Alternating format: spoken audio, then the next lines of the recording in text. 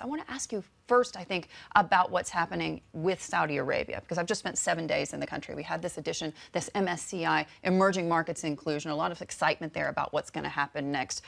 Are they overplaying this? Yeah, like Tadawul is up like 40% year to date, right? We're talking about a valuation of 15.5 times forward earnings. It does look expensive, doesn't it? If you were to look at, it's not so great fundamentals. But the bigger question is, where are we going to go from here, right? When you have such a big liquidity event, as big as MSCI Emerging Market, wherein you're going to have flows of around $30 to $40 billion, fundamentals takes a back seat, and that's it. We do expect some kind of a valuation expansion, even from at these expensive levels, maybe around 30% from here up until by the mid of next year. But we like to be placed in stocks which has a very heavy weight in the index, just because it's going to be totally a liquidity event. It's not going to be a fundamental driven event.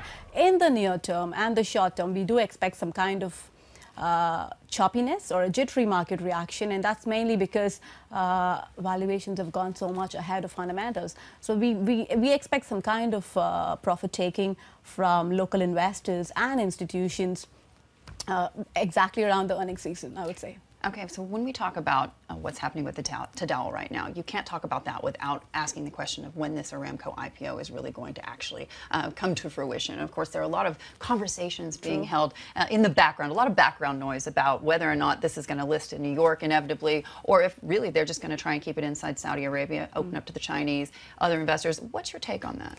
I think it's a 2019 story. I guess that's something which market knows by now.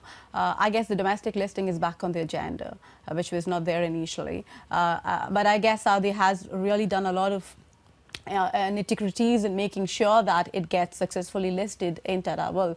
And they have taken steps to make sure that the liquidity of the wider market doesn't get impacted. The bigger question for the investor is, what is going to be the next international listing? Would it be London? It could be Hong Kong. I think it's going to be more of Hong Kong than London and New York. It's just from what I can hear from the market and my intuition as well. And Aarthi, of course, that listing will be playing a very pivotal role in the oil price, or the other way around, I should say. So let's talk a bit more about the move in oil overnight. A big jump after that announcement coming from the U.S. about no more imports from Iran. That is their wish, at least from November. Yet when you consider that so much of the demand for Iranian oil comes from Asia, this is a hard pill to swallow for the likes of India, Japan, not the least of which is China. Is it your expectation that China is going to comply with this request? And if so, what are we actually looking at to the impact of the market here? I guess it's a bit too early to talk about it, but at the moment it looks like none of the Europeans nor the Asians wants to jump the bandwagon with the US to comply with the regulations, with the sanctions. We need to wait and watch what's going to happen by the end of November.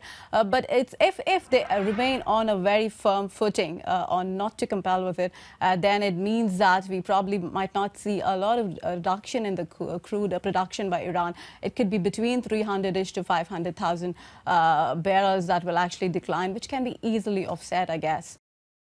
Hey everybody, it's Hadley Gamble from our new CNBC Middle East Bureau in Abu Dhabi. Thanks for stopping by. Now to watch more, you can try one of the videos that just popped up on your screen. And don't forget to subscribe.